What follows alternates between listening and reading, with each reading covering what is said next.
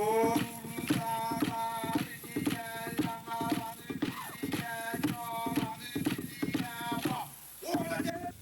lê cho trong ta ghi nè ba cái bu nè chẳng lời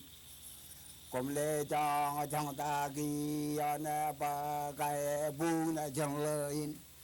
Jiringi ta li manu ta la toi wa toi jiringi to la gui cha li ga la ga ji ra mi pi na ka bu lang lang ni ngi mu nan go ro nan go ro nan go ro nan guru jo do wat nan go ro jo da ga abung do ane ma karra ta ba dai do le ji li ye ai ni jibril do wat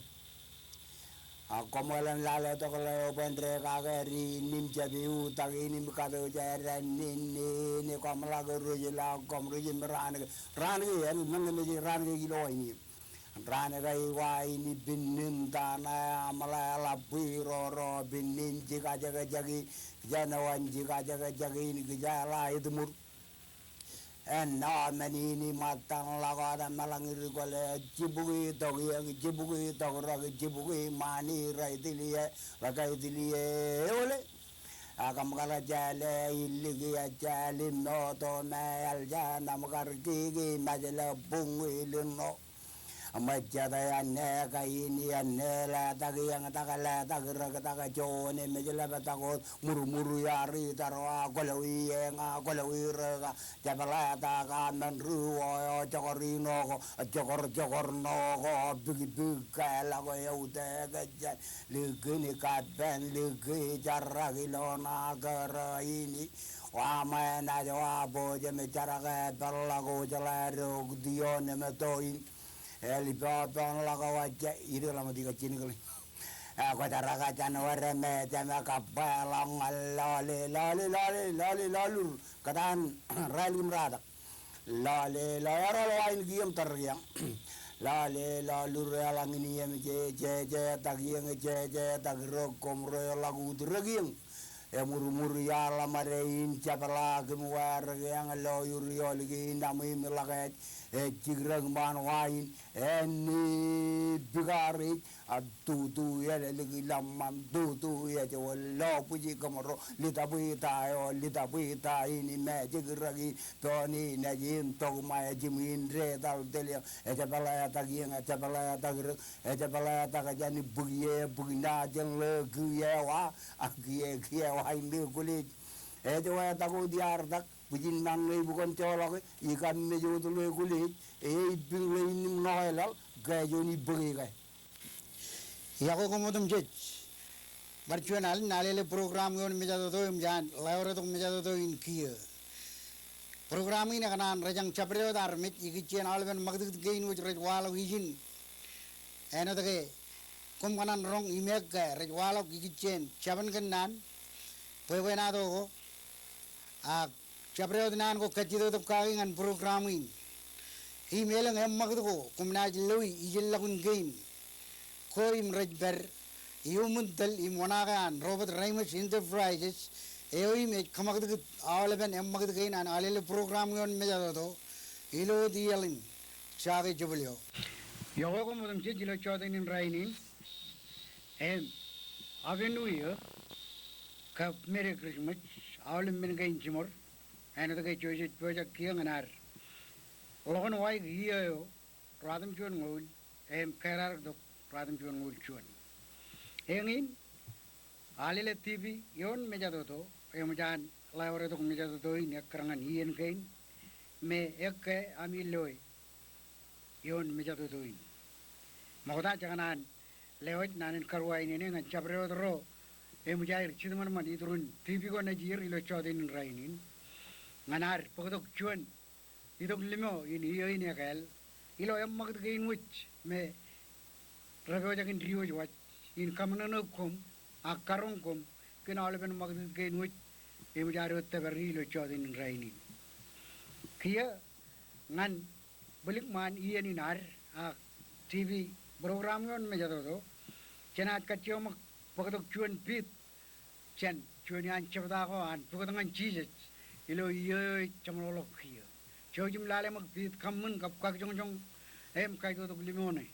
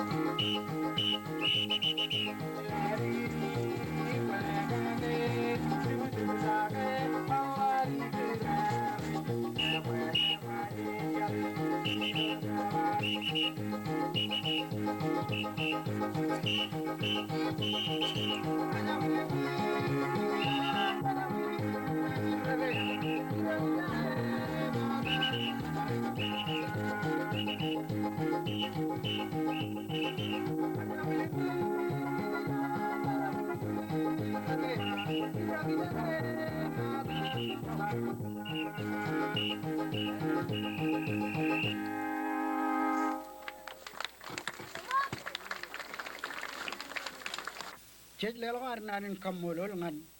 ridal ro rar pagadok chabdain em kabilang kijo jo imegar kabelok em magdinaro imet berimul ladrak chuan ewe jangan alelo kammolol nganir em rajangir nganair parchuan alen kamagit mejado doin ilo ran kan resido hot kia jana idong ngan ladrak ro em ilo ladrakin every berijin eor chet kachala ko kumna rong jaki kiyo em kachala gain rejiwot chen alilewar choyim rong jaki mak yago gomoch romata ilo ailen kain ilo yani ni kanan palok chiri ngan komo jalang ngai orang na dik jaban ngalala jawin pichen commission yo me niti jalan cabinet rar ka koe peni pen charbal mi pichen lolo riage im kaj barogot pen kajurot kajin majau enjek jago ilokar chon daw yung ranum chon bugay rali tungol chiluyo aror chon kagian jen cabinet yo ara jaga commissionin yung chonguro uwan marmi rain red kuelok chanian nganian baran marun itu letak lam nak koi kichen wawen kilen aro charbali penron kai barot kajini nar boyen chap majan ologom chago ino ke uwa tayo ne ran green koi kanan lang kai kajin rejidok kamaron gitu kom kamayan rai lok kajini nar menem yujen ologom chago emalkin junior na ay tok kana karjap koi lok commissioni na mujan koi lok manta kayang chongol jimalang rongol alen jana kay karchino e jak jangan riri lok charbal gina na kay jino taparak kay jino lo naranoy bichen kar PBO inan commission bojan kamlali kumut si bichen tagin charin re charbal ay bichen kay barok kajen majaw choni niya naman kanan walog ilo TV na nalili bojan marungan kajalay kajo jalap tada rin yon mejeroin kap narong jet yon ibai tapi je ailing go jet meronaj pop kapin videoin kanay kaluje koi lawail kadaan an rolulin charin lo contoh jen radun jon pugui radun jon leo kamani lo tijam bacong rali tegran matan menukora taparak karbajan karung ko mai kan wawin rival tan kibeleo egal meje jalan nain tuko de koi kajini na rojan kajar balem ni tu jalan kiano tu tada harian koi pene koi kajujan barong cumor kajar bale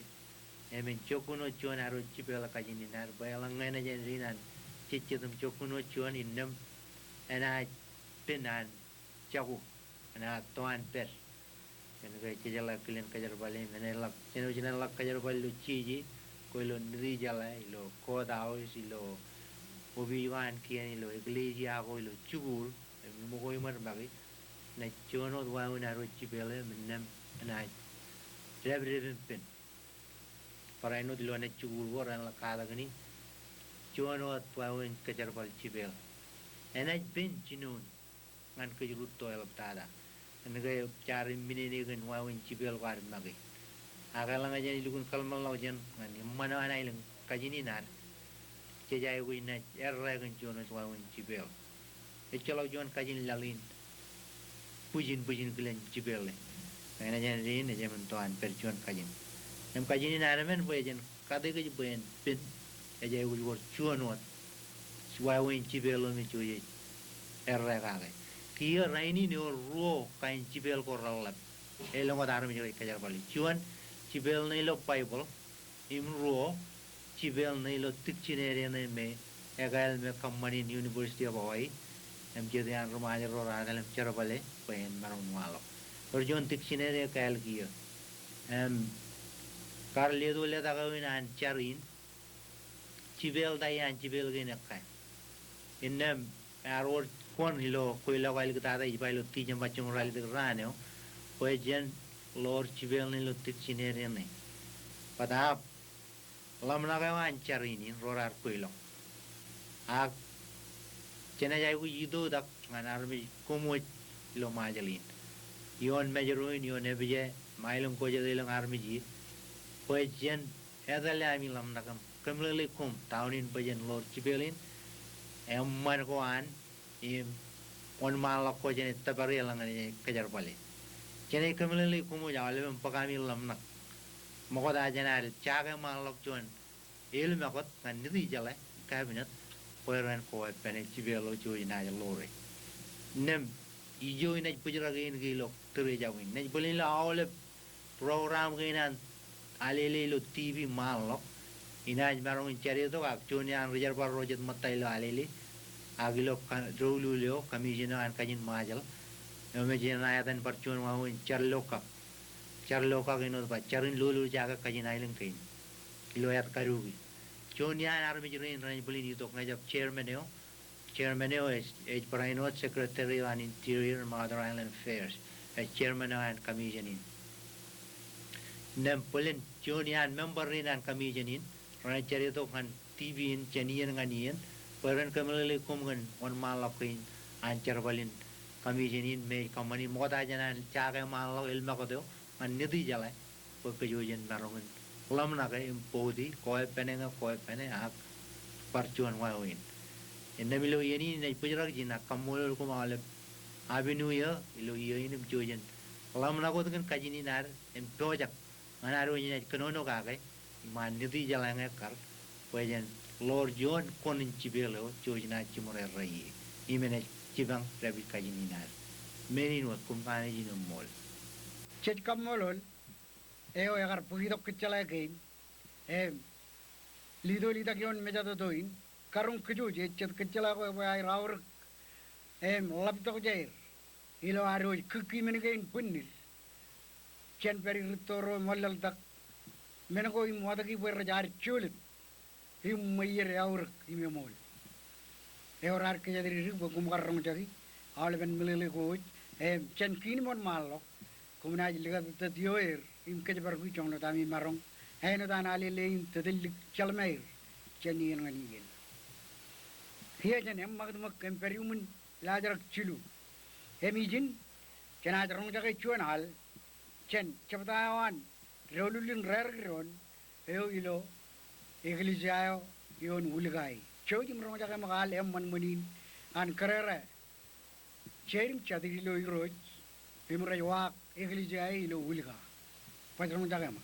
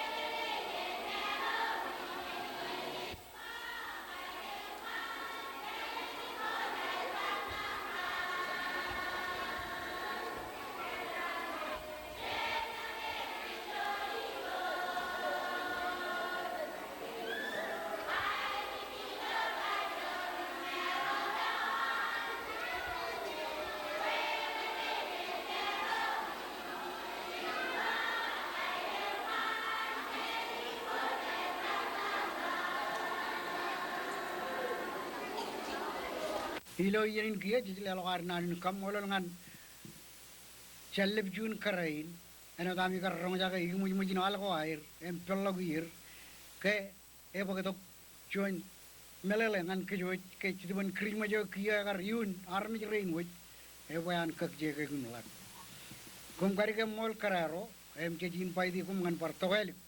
ngan ami bogeto limoyo yon me jatu doi chejkia idongan lajra gemen Hem, yumul lajar jabin, kenajlo chuan pija jan pijawan, shogun tebrum, me ekan, kejabla kejujlo yalan pidak bein ciburim cimar, nganar wadak kopan iya korno lali, magid ko ragar wala gilo iyan ko. Engane, pijana kumi remano jumloe, chuan, pija kamane ilo ailing ligit, ilo iyan chuan dagin, radam chuan buki rongo chiljino, iyo. Modalok, enangin, chiljim chuan ngoli iyo kiyo, riton pijane. Ewa pijane,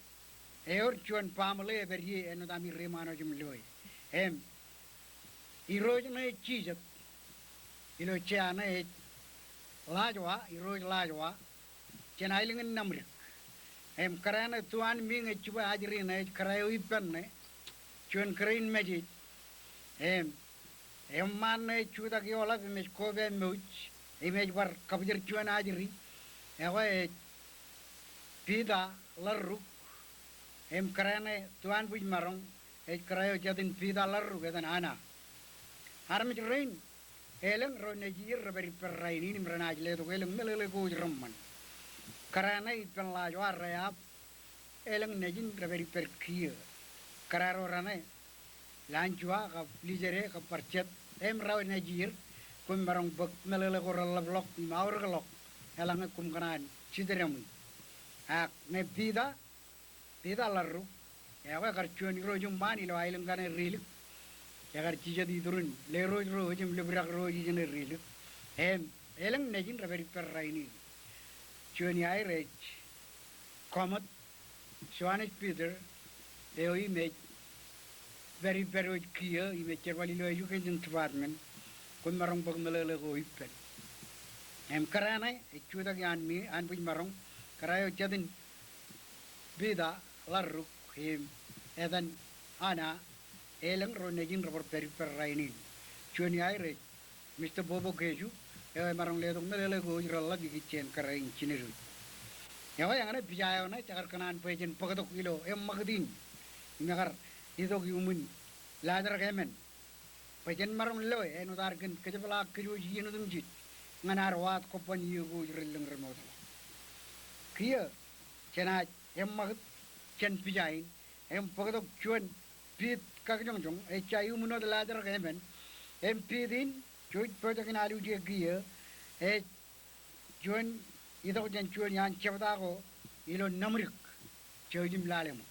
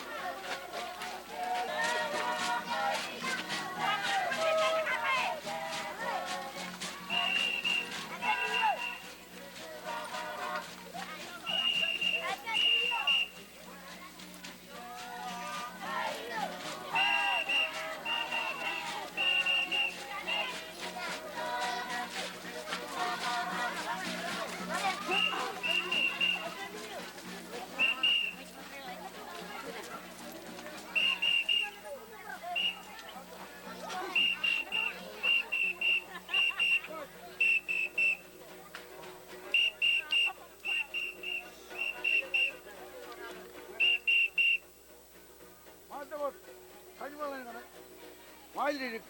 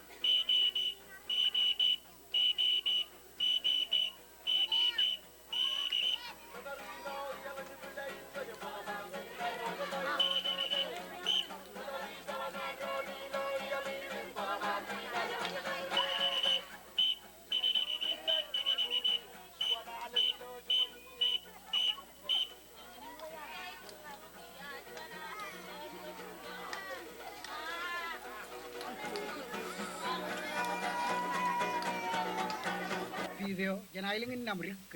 kejela lawan nanin kamolol ngan karim ro an chaptain kap awal bro rem mag dilo kilden goji ken juan tidwan krima jo rar ken olengan kiju evim chuja alloy immelele rettan chedebo gar kamag kiju lo yo kiyo ke jana jidongan ladra lalim em yumil ladra lalim e kriba na do aro ilo em mag din chodini Chojim rong jaga mak kap lale mak ijamin ligi jara kaitan em ligi loke ak kunan me jam cerbalem lale onne em kagilini yawe iganar balle au yawe awalben ajriro rutoro lelaben lalabru le pelagin majalin ilo elgin raleben rainin ilo aidan kolok pebenado cirina igicien tadalan pebenado ine pa chen pewagi mengo chiner echirunduk we unin pebenado in kiyo yalanga chiche pewaga chiner we na yor chon chorene walo ina jon walo godim kemle pebenado in kichen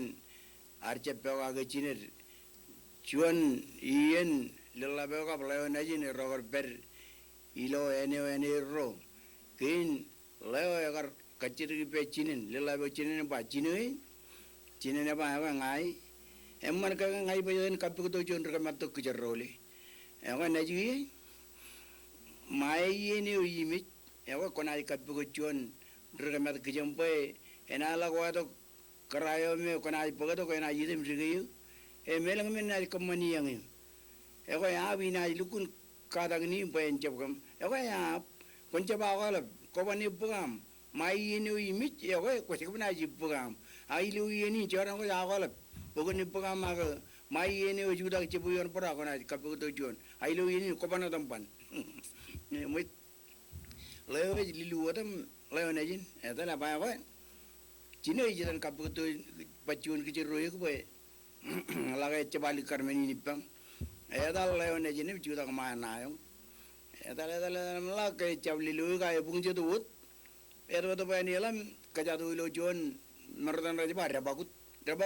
beberapa nih ibu gue lep kejatuh jadi waktu ko jangan pernah lalu tuh udah belum meni aku elag reme tuh lagu John cirong momen juta gitu pernah ayong bang lukun boleh ke meni lihat tuh meni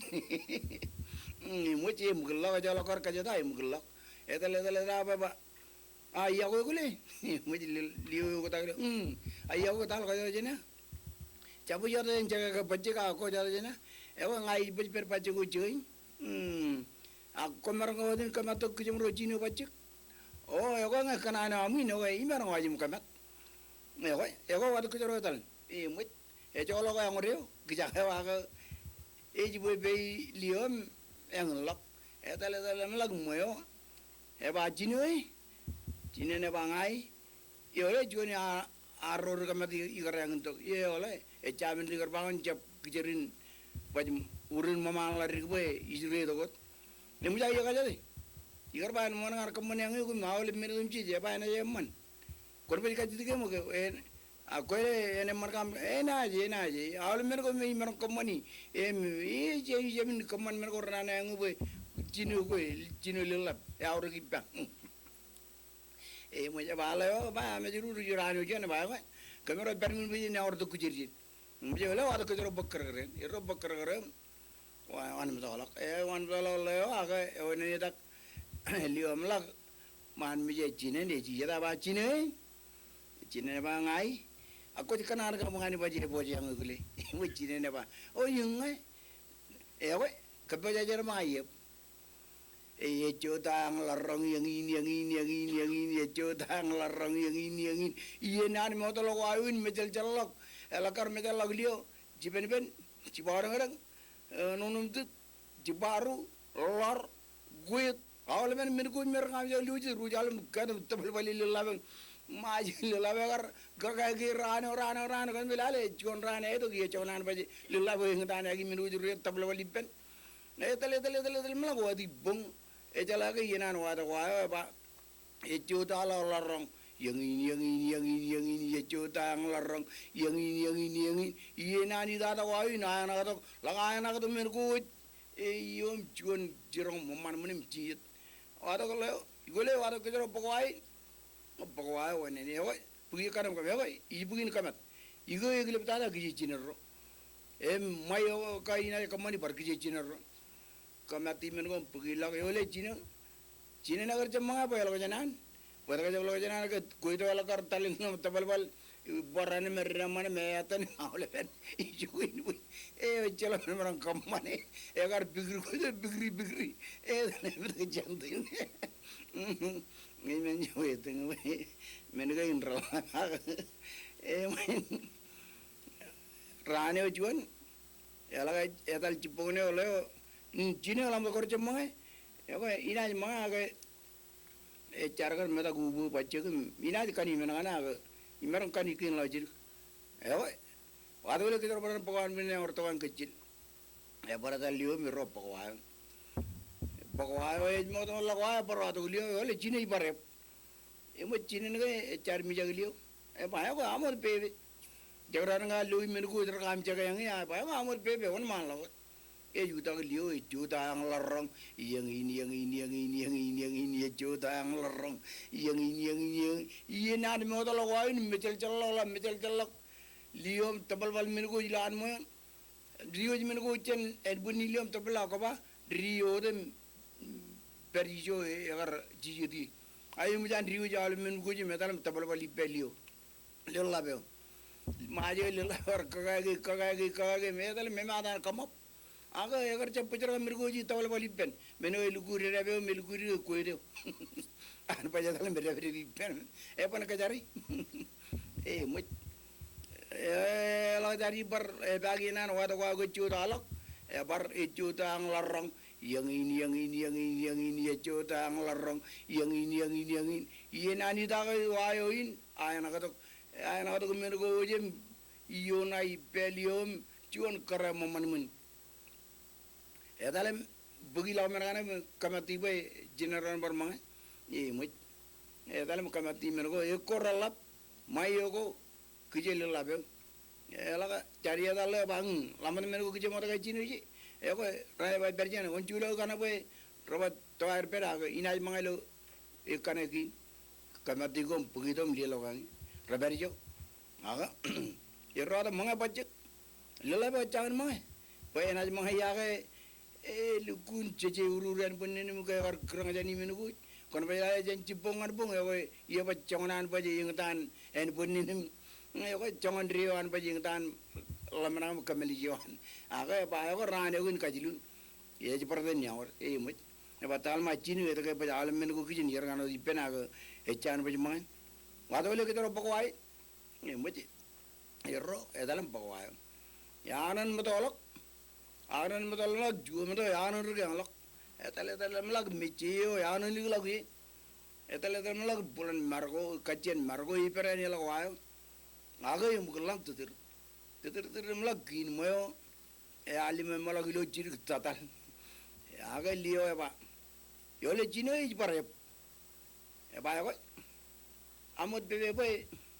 iban kabjara go gin e mata margo igar ba onjap e ba kwa wala e we ngako je we dalo aga na jil men ke ibani ai kalam na konari dem ba kamun menam cerbelang korba konari menam cerbelang lu rana kor jadu ya ko je ba men kor cirun do le chamole we iban kabjara go we ibai pani we jirong ko anga lilla majano bajju aga e dalo e mo e ba we e judak e we ji kamara merung ki e juta ang larong yang ini agak jauh lorong ya pak,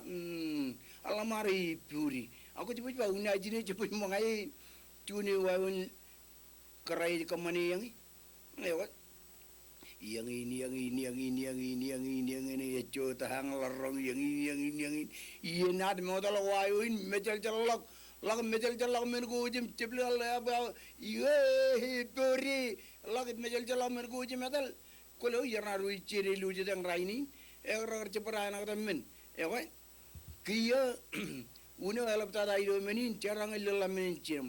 Aku kon pewa ke, boleh egar cepewa ke cinin, acan kananawan egar yang untuk curang apa, kena kaya man. Aku, wahai egar kemana yang lelai bawa cini eroke, cuan meno ejar yang tada, lelai egar yang tada ni ran ko, etal melag, iya no elik tada, unian kapiran kemana meno yang lelai bawa cinin, kena kaya lewe dalam janaba lubage wayun kor kamani nga chinen e jujan la kar chibli la men go yana kam nai lu ju dai ru chibli li jan ron rar chebar ayana kam ko ba do beron buri na indron chuan chu alben men muran kam lu bolo la jet e go kar men go ibuni li o ne e go yang nai e pe bana do ilo chu tani rainin kap yaw kam ya le pelang e go jet kam lo ru bana do inar Yang ini jangan pokok pebena tu em kabilang kejuj, cenat em mag ceni, em itu yang belajar ciljino,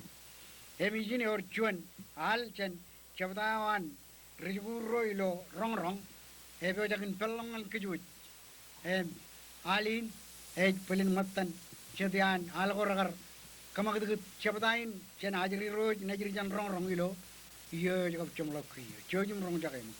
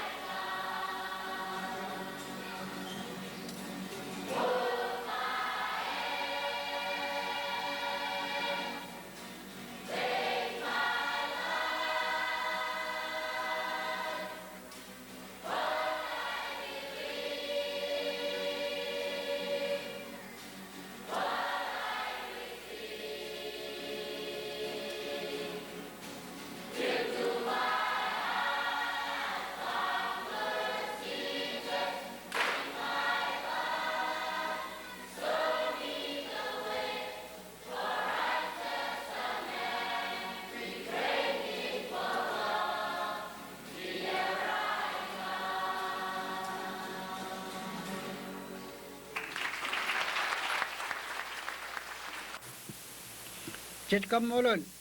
ridagi roan rong imrar pagdok ajri rain wis najir kab ridal roan chapdain air pe chapdain kumallo e ajri rojilo majal Christian high school yo image perilo ailengan rong ayanen rong ailengan mejroi ragari gammol e milo daroi chet karwain ni ngan partoel elangai ragojak in par pagdok elang emmak go e chailo tirene magdinot an alle tv on mijadodo chetkiyo emmak kan lajarak tijilim juan ilo magdin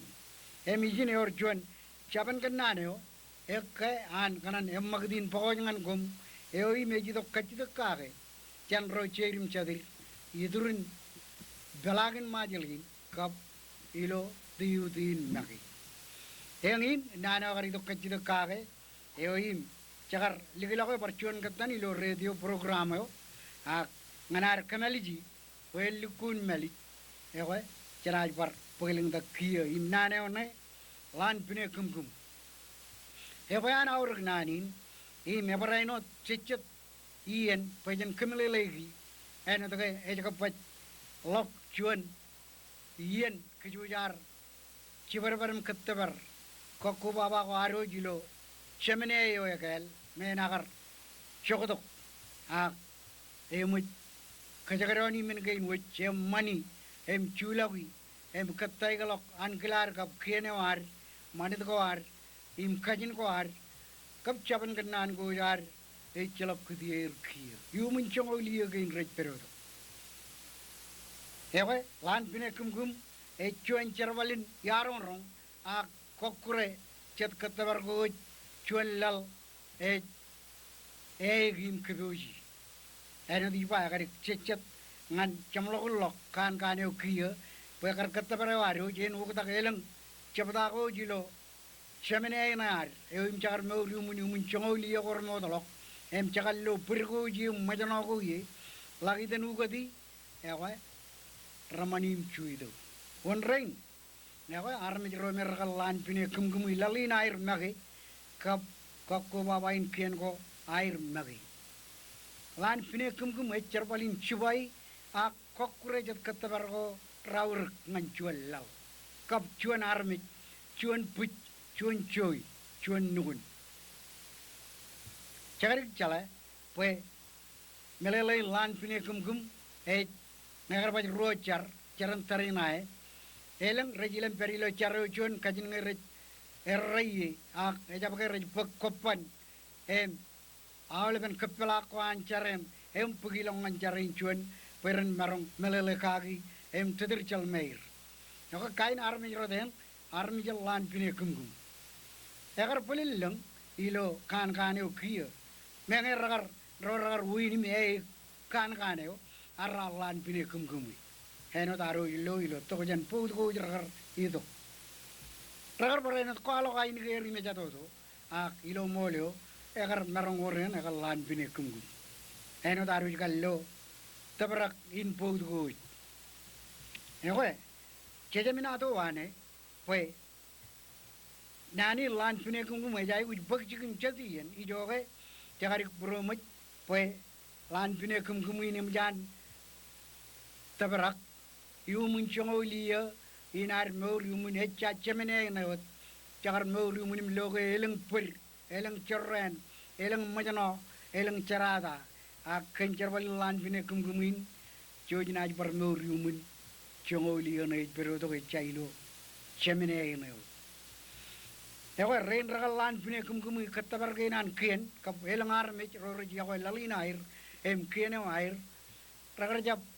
man kokko baba goj em kalmal lagjan akan ini pada ban igir millu ko ay rechalok to jair ramani men gain pero jalamnak recuma e chareo rajat mer katabar ko air gain aga e jabot ke rejman majal island ro rajat kabir magim ro nejirim chibir rawli bem relong yu mun charadain egari kabru minmach pe ilo katabar gaina lalinar eleng rechab yawe ragot katabari o bijugo ilo lalin kierne alange development ko mod mal ko an lalin ego rirgi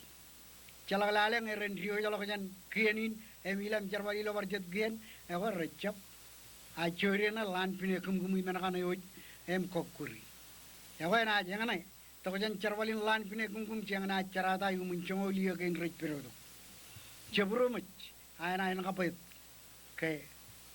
logolog jawan kilar ayam mananga jit kwalok min gain im jab kar mit chederon mununu jiron a jit karre lok ron pejen meram peke armi jen meram rainin engin tojan natar terum kidade pan illu men ko yellawot rana charada rorar man meneo kap lalinar kiju jawli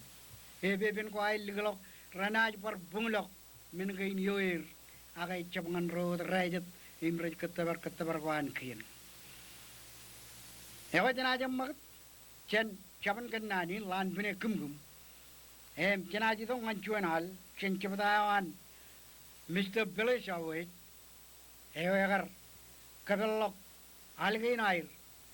eraga chiduban krijma jawair ilo ye chamlok kuya chojim rong jagema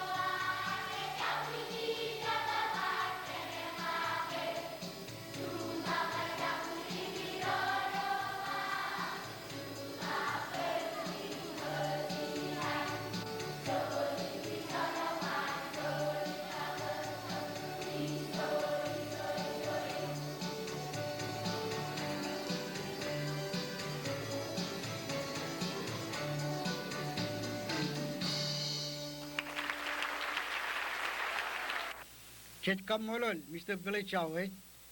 eohim egar boy an pagadok chet yan algo ragje kamana ilo chidban krijma jom kena olengan kejut pejen kikim rabjim kamajojo krijmach pen chap mololok imen chap kamadalik shan kajuran kayagar chino talong eto kailang kainar ewe ilo nampa rwali daga lajar rwali dag podok chamlagun magdi naru jon mejatodu chebro mach chammelolok beluluk chaman kilar jana tak iman khiya chejlewat nan kammolul ngan rorar tiljek chen chinori magdi otongan chamlagun kap rodim jit mere per ilgin magdin kenewar me maj manem jodu kap rodim jit rek bokunair ilo lur jage pelalinare nirgalok yon chuan kajor kan meram mol ngandron ilo chuanut boroin chuanut lamna jejin paidi kom karwaini ne kom ngan wigilla elang man janaj par mag rali dekatan yon mejado doin lewat kamana no gorman tada ngan kom realu silo pelagin mejeroi yawegum mere Christmas me abin uye ngan iyo ini gal radam chuan ngol chuan